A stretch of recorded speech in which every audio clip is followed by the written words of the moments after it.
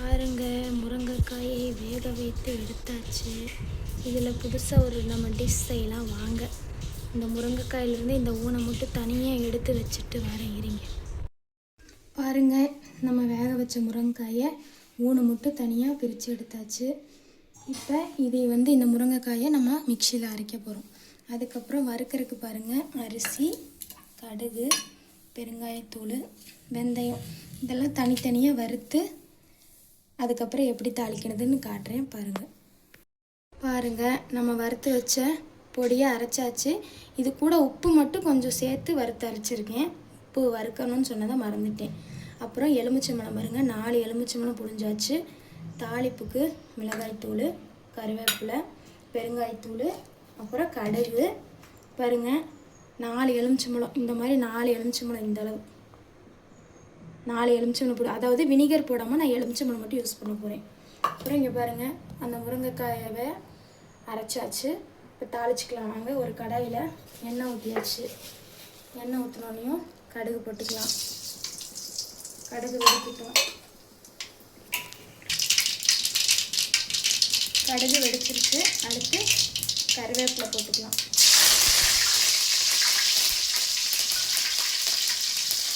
கருவேப்பிலை போட்டதுக்கப்புறம் இந்த அரைச்சி வச்சோம் இல்லையா, இந்த பேஸ்ட்டை ஊற்றிக்கலாம்.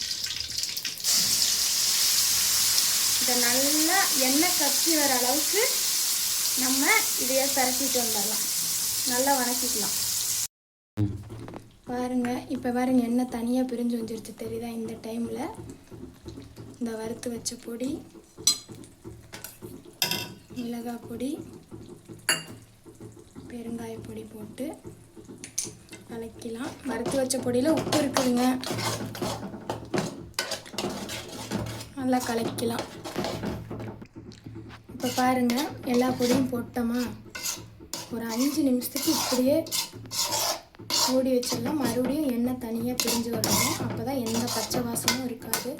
எல்லாம் வறுத்தது தான், இருந்தாலும் ஒரு 5 நிமிஷத்துக்கு இப்படியே விட்டுறலாம். அதுக்கப்புறம் நம்ம எலுமிச்சம்பழத்தை ஊற்றினா ரெடி ஆயிரும். பாருங்கள், இப்போ எண்ணெய் நல்லா பிரிஞ்சு வந்துடுச்சு. இந்த டைமில் எலுமிச்சம்பழச்சாறு நம்ம புளிஞ்சு வச்சோம் இல்லையா, 4 எலுமிச்சம்பழச்சாறு இதை போட்டு ஒரு கிண்டிட்டு நல்லா கலக்கி விட்டு அடுப்பை ஆஃப் பண்ணிடலாம். அவ்வளோதான், ரெடி ஆயிடுச்சு. இதை நம்ம சாதத்து கூட போட்டு சாப்பிட்லாம். இட்லி, தோசைக்கு சூப்பராக இருக்கும். சப்பாத்தி கூட வச்சு சாப்பிட்லாம். நீங்கள் டப்பாவில் போட்டு ஃப்ரிட்ஜில் வச்சிட்டிங்கன்னா 3 மாதம் வரையும் எதுவுமே ஆகாது. ஒரு நேரம் குழம்பு வைக்கலைன்னா கூட சாப்பாட்டில் கலந்து சாப்பிட்டுக்கலாம். ஊறுகாய் மாதிரி சாப்பிட்லாம், தொக்கு மாதிரி சாப்பிட்லாம். உண்மையாலுமே செம்ம டேஸ்ட்டாக இருக்கும். ட்ரை பண்ணி பார்த்துட்டு கமெண்ட் பாக்ஸில் சொல்லுங்கள்.